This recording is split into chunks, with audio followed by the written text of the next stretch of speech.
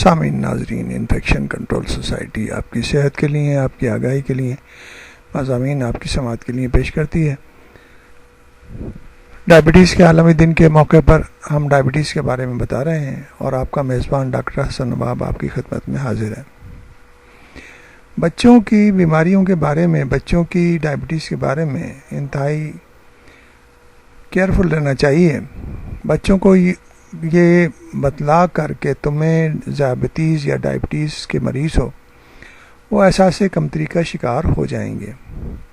مہذب معاشرے کا یہ چلن ہوتا ہے کہ بچوں کو والدین یا اساتذہ کو نعمت حاصل ہوتی ہے کہ اگر وہ اپنے شوگر کنٹرول کرتے ہیں تو اپنی آنکھوں کی بینائی سے محروم نہیں ہو سکتے۔ اس کے بعد دوران حمل میں ذیابیطیز کے کیس سامنے آتے ہیں کہ ماں کو شوگر ہے اور اب بچے کو اس کے اثرات سے کیسے بچایا جائے۔ اگر وہ موٹی ہیں یا 25 ایئرز سے زائد عمر ہے تو ان کے بچوں میں اثرات بڑھ جاتے ہیں۔ 40% خواتین کو اس کا احساس تک نہیں ہوتا اور علم غلم کھا کر ہی آپ موٹے ہو رہے ہوتے ہیں۔ آپ کو شوگر ہو رہی ہے۔ اگر آپ 90 کی دہائی کے ادوار کو یاد کریں تو ہمارے ہاتھ میں ریموٹ کنٹرول نہیں ہوتا تھا جس سے ہم اپنی مرضی سے چینل تبدیل کیا کرتے تھے۔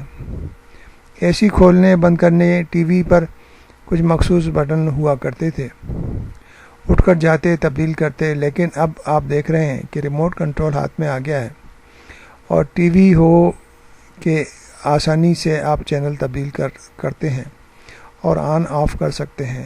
اب ہمارے اس جدید زمانے میں بچوں میں وہ عادت نہیں رہی کہ اٹھ کر 2-4 کام اپنے ہاتھ سے بھی کر لیں۔